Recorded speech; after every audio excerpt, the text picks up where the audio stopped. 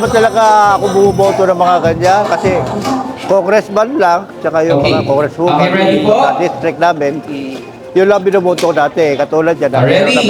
Popping your heart muna tayo. Kasama si Atty. si Binibining Joy. Pamilya party list ko. Pamilya ko, yun siguro. Baka maisip ako ng bumoto na para makakuha din yung mga paliwanag ka dyan, naintindihan ko. Okay, ito na. Bigyan na tayo. Arnel Diaz ba yun, yung abogado?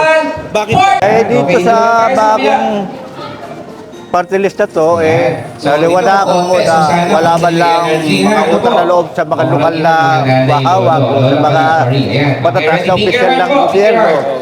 Sa sariling sikap lang. Oo nga. Talagang tulong ang kanila. Okay, Sabi ko lang sa mga hindi pa siguro raras na bumoto ng party list. Pili ako party list kasi dito ko naliwanagan ang kung ano ang kahulugan ng party list pala sa Thank you so much sa lahat ng mga kooperasyon nyo. So dito naman tayo. Wala akong binoto, anak. Wala. Ngayon pa lang. Ngayon pa lang. So, mapaalad ang... Ngayon pa lang ako a-attend dito sa party list. Ngayon pa lang. First time. So, mapaalad tong... Oo. Siyempre talaga. Ito lang talaga. Kung sino yung una kong maanuan, siya na talaga. Wala pa siyang nakalista sa akin kahit isa. Wala pa talaga. Ngayon pa lang ako naka-attend na mayroon ganito. Kaya sigurado. At saka gusto ko yung ano nila, yung programa. Ano ang masasabi nyo?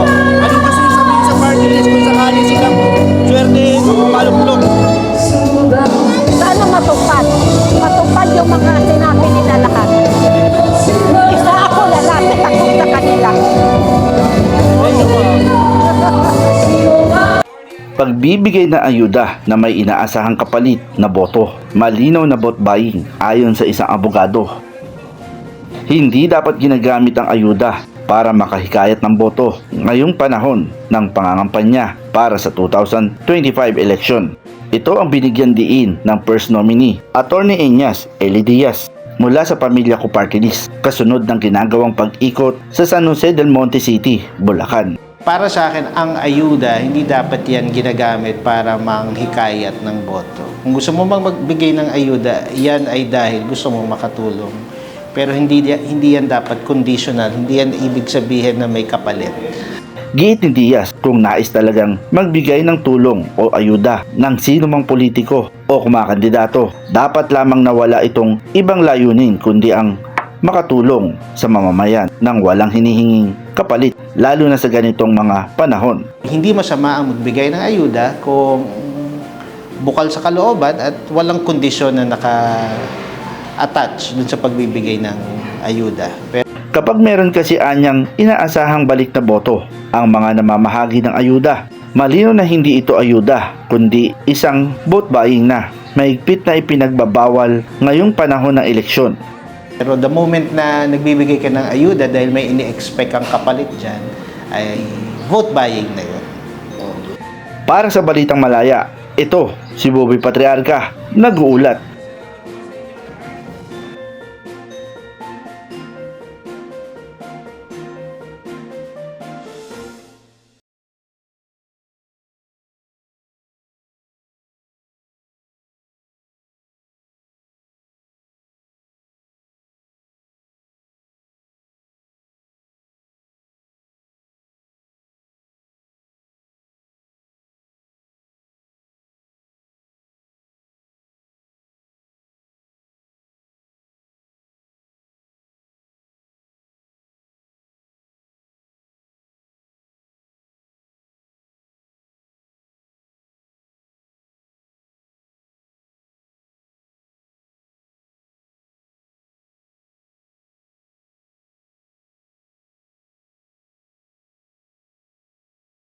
Ako, si Bobby Patriarca, nagbabalita.